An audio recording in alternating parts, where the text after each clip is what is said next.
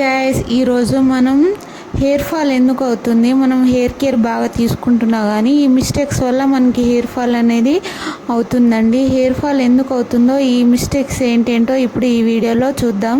మీరైతే video skip చేయకుండా చూడండి. హాట్ వాటర్తో వాష్ చేయడం వల్ల కూడా మనకు హెయిర్ ఫాల్ అవుతుందండి. హెయిర్ని తుడిచేటప్పుడు స్ట్రాంగ్గా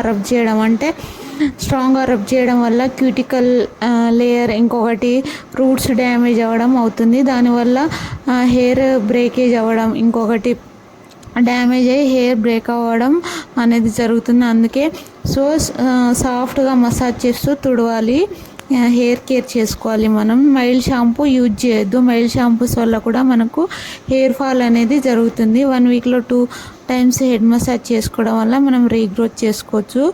ఓకే గైస్, ఈ వీడియో మీకు నచ్చినట్లయితే లైక్ చేయండి, షేర్ చేయండి, సబ్స్క్రైబ్ చేయండి. మళ్ళీ మరొక వీడియోలో కలుద్దాం. Okay guys, bye.